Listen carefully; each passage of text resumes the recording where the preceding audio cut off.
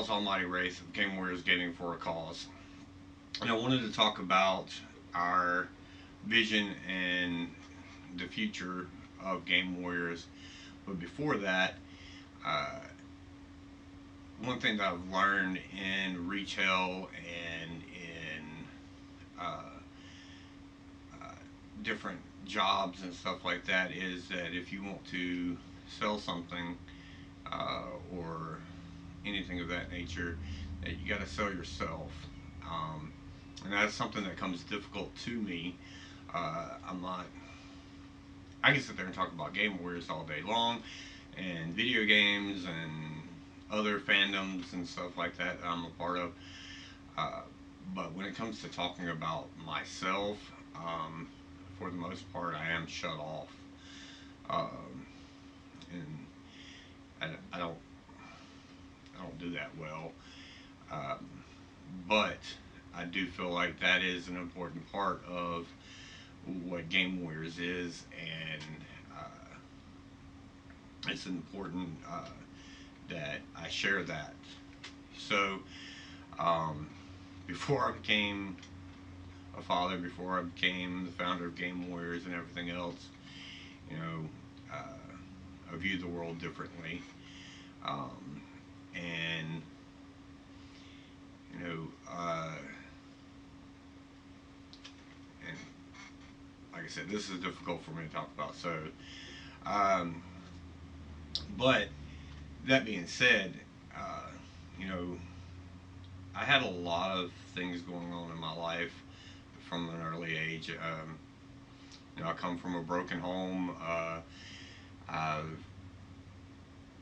dealt with depression 90% of my life. Um, I dealt with sexual abuse, physical abuse, emotional abuse, and I started shutting myself off to everyone at an early age.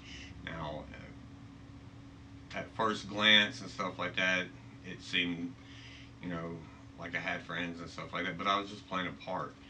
Um, and I did make some friends. I did cherish the relationships that I built and stuff like that. But the majority of it was a show, and basically so that way no one could see the pain that I was going through, and no one could see the plans that I had for my life. Um, so you know, like I said, I battled with depression and suicide from the third grade on. Uh, about the time that my parents divorced and everything. Uh, you know, I would love to say that that was the starting point, but that was the starting point for me dealing with suicidal thoughts and depression. I mean, honestly, I can't even remember uh, the the amount of times that I attempted suicide, um, and thought about suicide and stuff of that nature. The first one, like I said, was in the third grade, and um, remember thinking that I couldn't handle any more of the stress that was on me, and so I decided to try to hang myself. Now, I didn't have access to actual rope or anything of that nature. What I did have access to was jump rope, and I tried that, and it did not work. The rope broke, um, and and I'd love to say that was my last time, but it wasn't. There was multiple attempts in between there and now, um, or between then and my last attempt. Uh, but you know,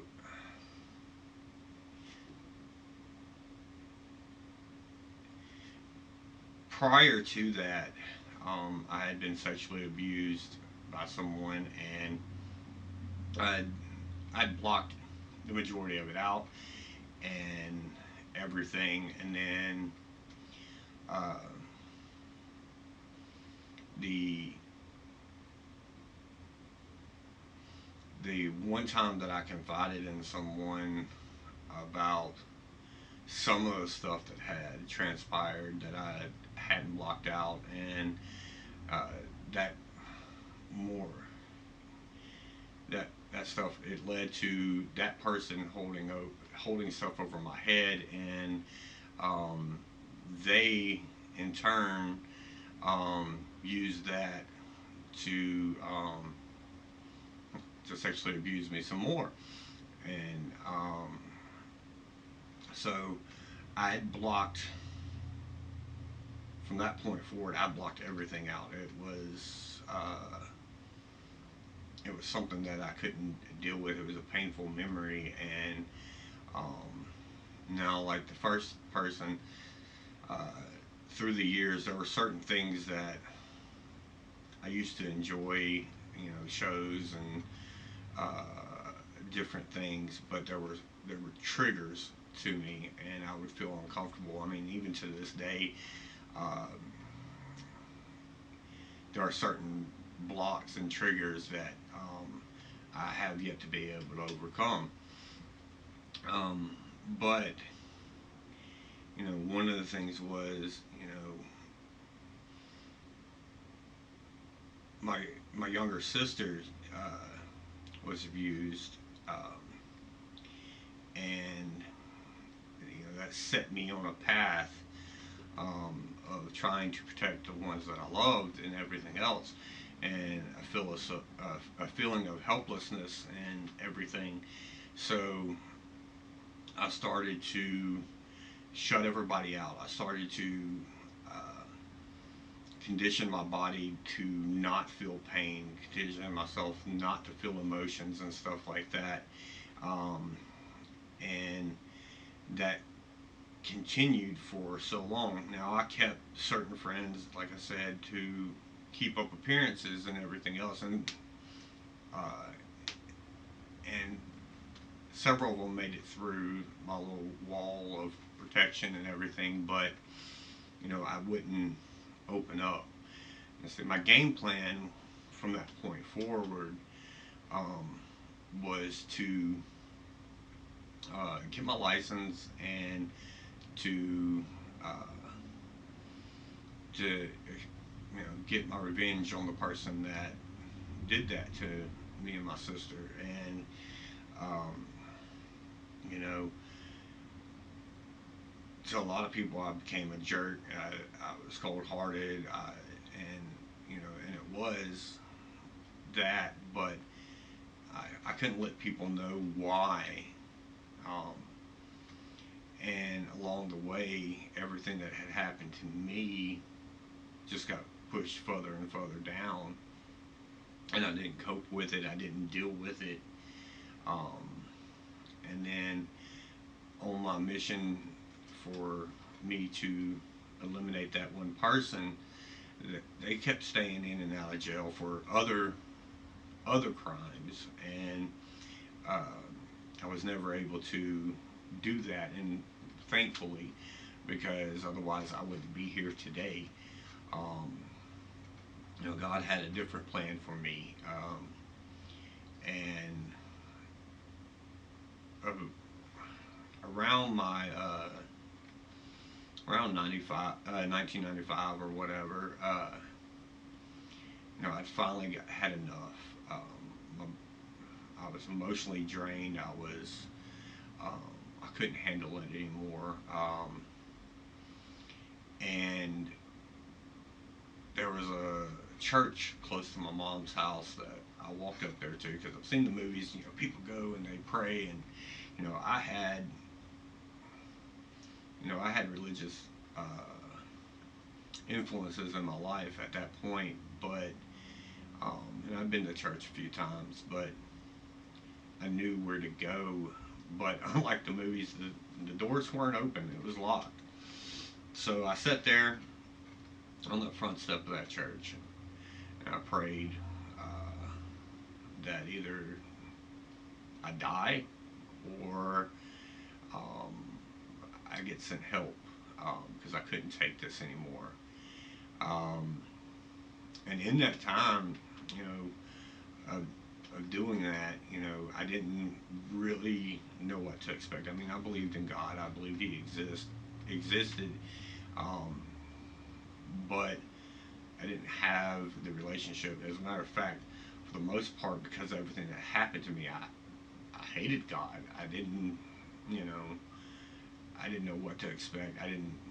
So a couple months later, uh, my cousin was in town for the Christmas break and wanted me to come hang out with him and everything else.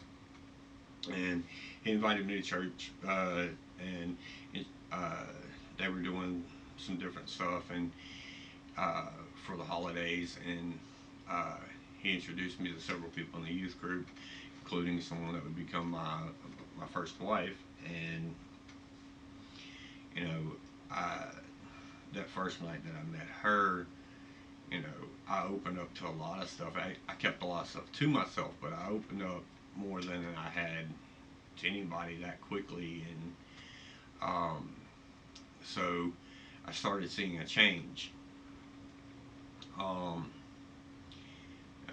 Fast forward a couple months, by this time I had my license and everything else. I was driving, and uh,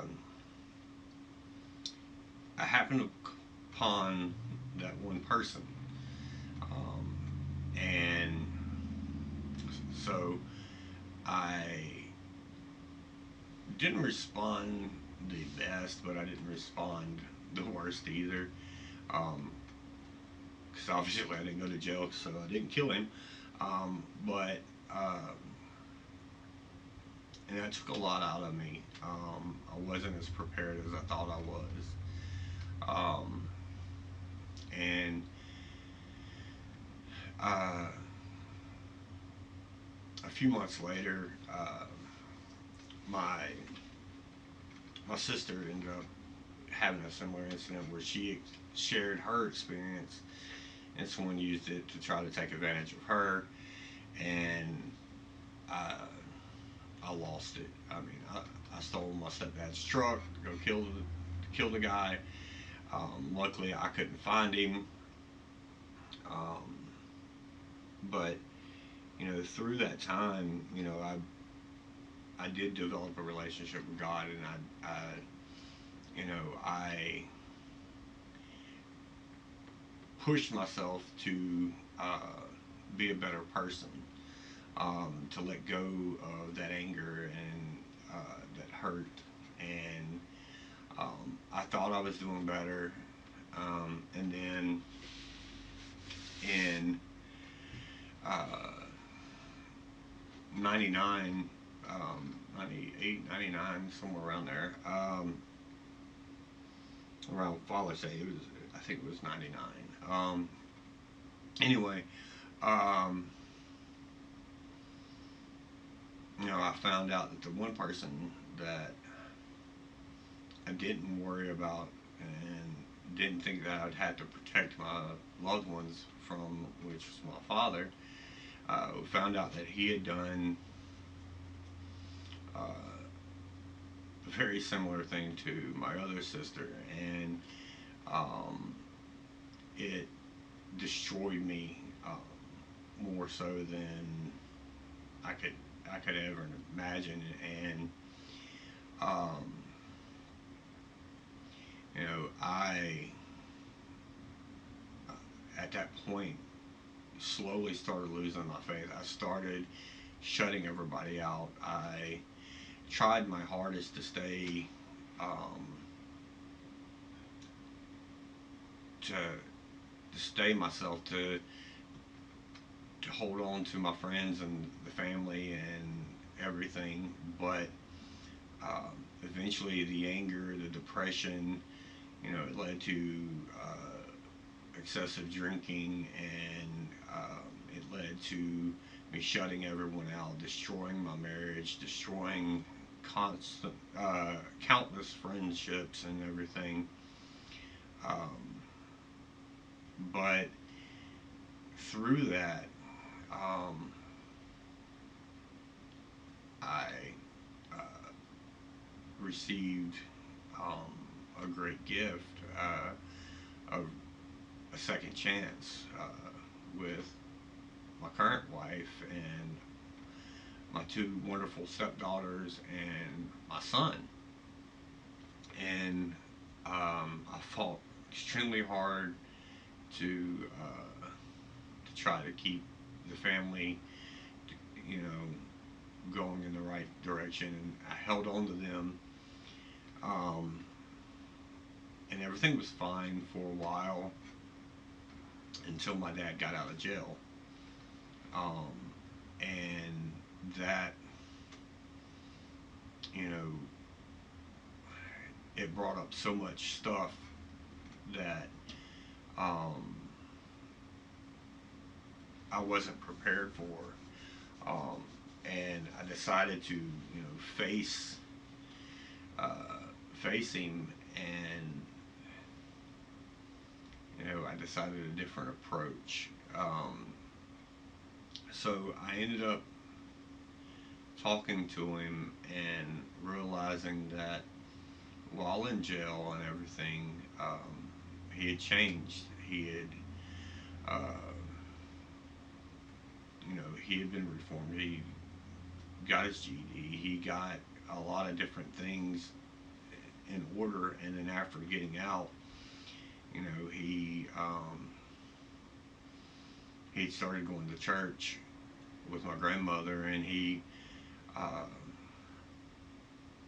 he gave his life to the Lord, and he made the conscious effort to be a better person. Um, and I felt that if uh,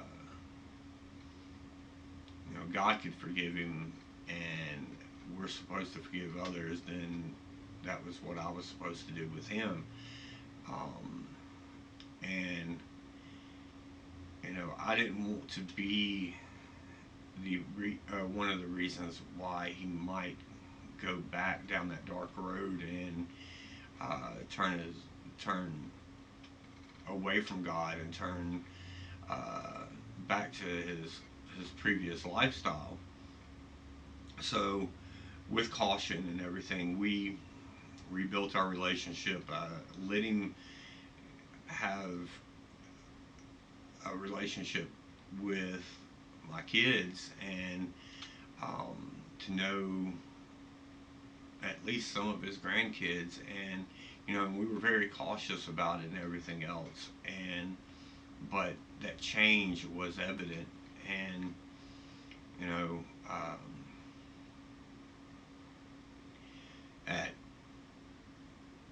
at one of Connor's parties, he wanted to come, and I checked with my sister how she felt, and he understood why I was doing that, and he respected my decision either way.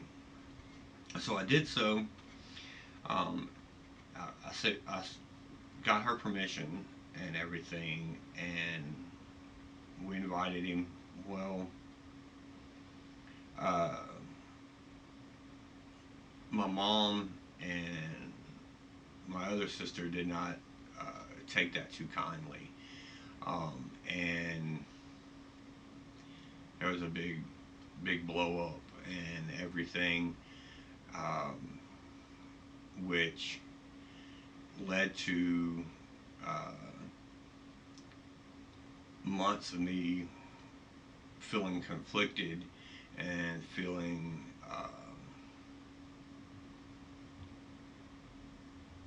like I had failed my family, and like I had made a mistake. Wasn't sure which was it my decision correct or not. Um, so um, you know, and at that point, my dad did. He had stated that, you know, if they had a problem, he would leave. Um, but they left and didn't give him the opportunity to do that.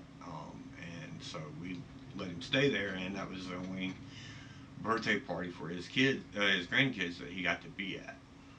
Um, and uh, anyway, that those whole events weighed on me for a couple months,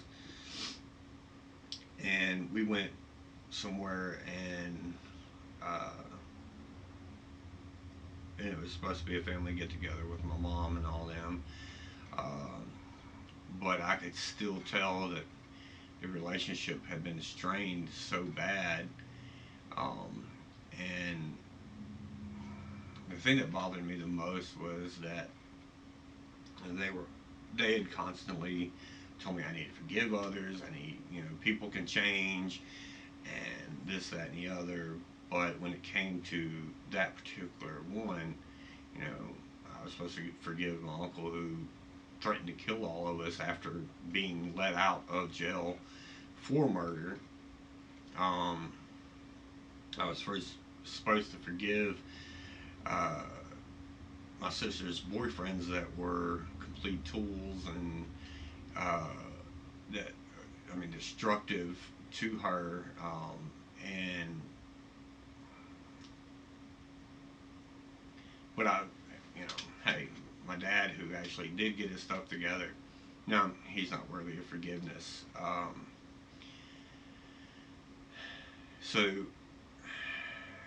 after that family event, I sat there that night, and this was the last time that I attempted suicide. That stuff weighed so heavily on my heart, that lying in bed next to my wife with my kids, not even, right next, just two walls separating us. And I had some pain pills from a surgery. I had some sleeping pills and other stuff. Um,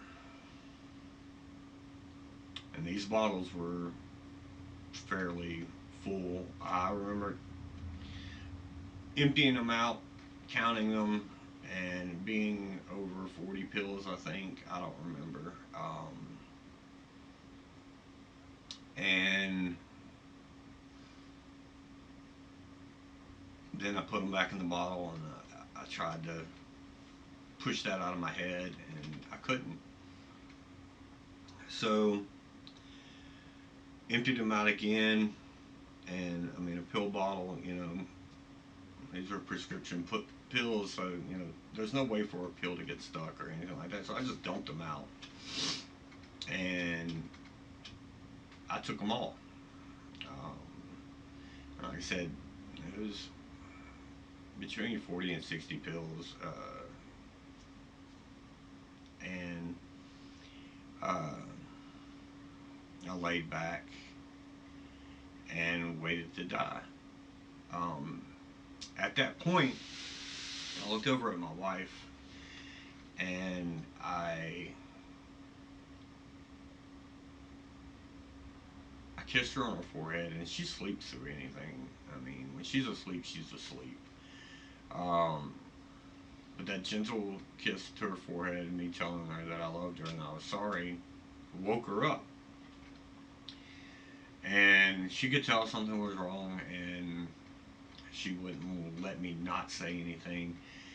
Uh, as far as she kept on until I told her what happened, and she forced me to get out of the bed. And then the last thing I remember is standing out underneath our carport, trying to keep myself on my 2 feet, smoking a cigarette, and my oldest coming out there and just looking terrified.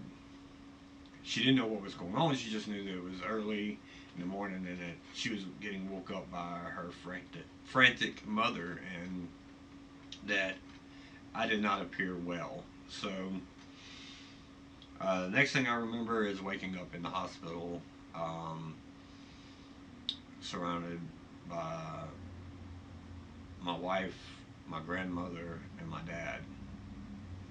Um, so that little stunt ended up putting me in a mental institution for a few days. And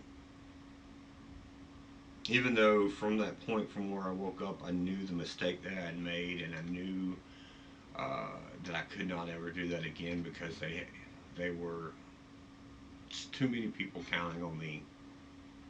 Um, I still got stuck there because I I had to pay for what I had done and tried to get help, even though at that point, you know, but uh, I know that my mom came up there. I know my stepdad came up with her. My dad came. Uh, my wife came up there to the mental hospital, and I don't really remember a whole lot as far as the conversations being held there because I remember sitting in my room alone and thinking about what I had done and uh, everything. But I remember one conversation in particular with my mom where the the blame for what had happened was shifted towards my dad. And I don't remember what I said to her. I remember blowing up at her um, and telling her that it was my fault. I was the one that made these decisions. It was me. No one was to blame for my actions but myself. Um, so um, I'd love to say that was the last time that I thought about suicide, but that was the last time that I committed, attempted suicide. When we got home, um, I looked at the pill bottles, um, and somehow one of them was stuck in the bottle. So I feel like that was probably the one that would have done me in. But God had other plans. So, um, and little did I know at that time that my wife had already been, for I don't know how long, been praying for me, and she knew the hurt and the pain that I was carrying, and she didn't know how to help me other than praying for me. Um, and uh, we slowly got to the point where we were going back to church and rebuilding our relationships with God. And, you know, um, we had other stressors, dealing with her ex and other stuff.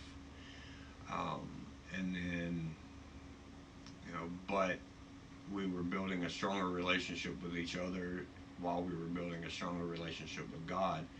And we're not perfect, but we made the effort. And through all of this and everything, I saw, I stayed with the fact that I made the right decision to include my father in my life and everything, and rebuild it. Um, it was hard work, but luckily I forgave him, um, and I let his actions show that he had changed. And um, and I worked on myself to forgive the other two, the two that had hurt me, um, to the point that after my father's death, um, I took on the responsibility of uh, helping do stuff for uh, the one that had hurt me. One of the ones that had hurt me, that was family. And while he never atoned for what he done, he never went to jail for it. He never admitted it. Um, it was not my place for him to be punished anymore. It was my place to forgive him, and it was my place to rise above the anger and the hate that I had for him, and to truly forgive him, to the point that, as a favor for uh, my grandmother, I actually was a pallbearer at his funeral. Um, and that was not easy. That was very difficult, but very rewarding at the same time, because that meant that I had faced that demon and that I had overcome it. So let me backtrack a little bit as far as and bring in where Game Warriors comes into play. The one constant through all of this that was my release and my therapy uh, was gaming. Um, whether it was video games, board games, made up games with my friends, gaming allowed me to, if just for a moment, forget about the things that were bothering me, forget about the stuff that I'd been through. And some of the games actually allowed me to be the hero that saved the day. Um, you know, Gaming gets a bad rap, but they have a lot of benefits as far as the therapy, hand-eye coordination, and cognitive development. Um, and playing certain games and stuff like that builds relationships and builds friendships, and you know those things are important. Um, and when I started Game Warriors as a tournament amongst friends, you know, it was a bonding experience. It was a way to reconnect with family, have a good time. Um, and, you know, after my dad's death, you know, I looked to see what I wanted to do for the future. And for some reason, that tournament that I had started on in my living room was a part of some of the stuff I wanted to do, and I wanted to change it. I figured it'd be a great idea to do that to raise money for other charities. Now, granted, that was at that initial concept was a me thinking of it was good PR for whatever business, um, and everything. But after the first one that we did at the request of my daughter to raise money for her youth group, I seen the importance of it and how great of a deal that could be for our community. And that was where Game Warriors Gaming for a Cause was born. And the focus shifted from me opening a business with this as a side thing to get people in and everything to be my main focus. Um, Through that, um, we've been able to help other organizations raise money and awareness. And um, one of the side effects, one of the things that I didn't ever expect to happen was that um, we were actually helping people in our area, um, through our efforts and through showing and sharing the love that we had for the area and some of our experiences that we had been through, and how much that meant to some people. I still remember getting a late night message from someone thanking me for us doing something for Rain and discussing the importance of that organization. And, you know, from what I just told you, I mean, because Rain is an organization that helps with people who have been sexually abused, or sexually assaulted. and stuff like that. So you can see why that one was so important to us. But from that and us, you know, we developed a program to recognize kids in our area, and for uh, making a positive difference in the community. Um, Not on scholastic, not on sports, but straight on the fact that they were making our community better in their own way. And you know, we want to grow that. We want to grow our tournaments. We want to um, go from hosting one one or two tournaments a year to hosting 12 tournaments a year, helping so many more organizations. We want to uh, take our little star program and not just give out awards to 12 students in our area, but also be able to give out a scholarship. Um, and uh, we want to be able to help students get other scholarships through esports. We want to help so many different areas. Um, One of the things that we're looking at wanting to start is something called Project Safe Haven, where we can connect people to counselors, to different areas, different organizations where they can get assistance, whether they're going hungry, whether they've been abused, whether they have a drug addiction, whether they are all these different things, where we can help them find the help that they need. Um, but in order to do all that, one thing to grow Game Warriors, the one thing that has escaped us has been um, a viable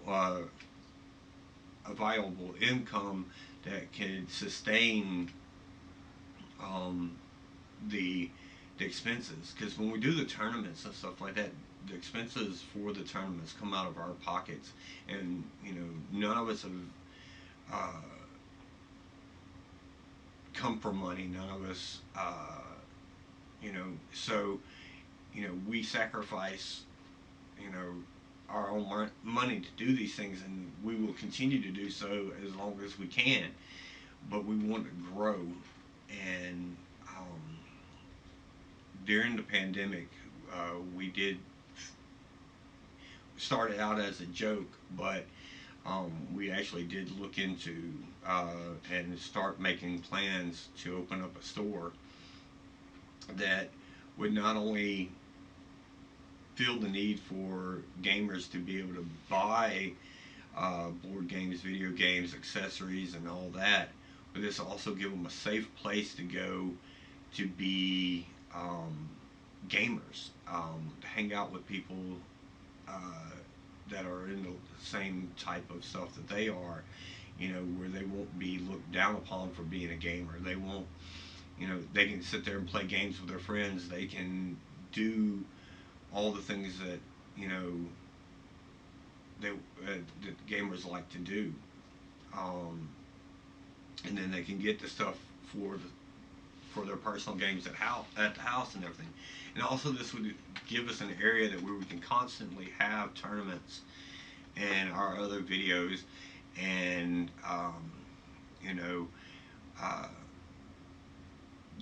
the growth and the great things that can come from this, are exponential. Um, and you know, used to, like I stated, I hated God for allowing me to go through what I did, and I blamed Him for what I went through.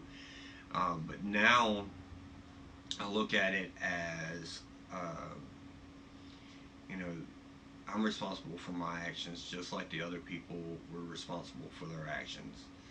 Um, and, you know, and I look back and I see where God placed certain people in my life that could get through that shell and help me. And I had friends that were, you know, supposed to be for show, but they made it through that wall and they were there to help me. And they probably would have helped me a lot more if I would have allowed them. But so even before I sat there and prayed that day, I had people that He had put in my life that I am eternally grateful for. Now that I can look back and see the great things that they did, you know, and to them they were just being a friend, and they didn't know what I was going through. Some of them probably, if they watch this video, will be just learning about it. Um, so this video ended up being a little bit longer than I expected, um, but I hope that the message that I shared of the importance of game warriors and the importance of friendships, the importance of forgiving others, and persevering. Um,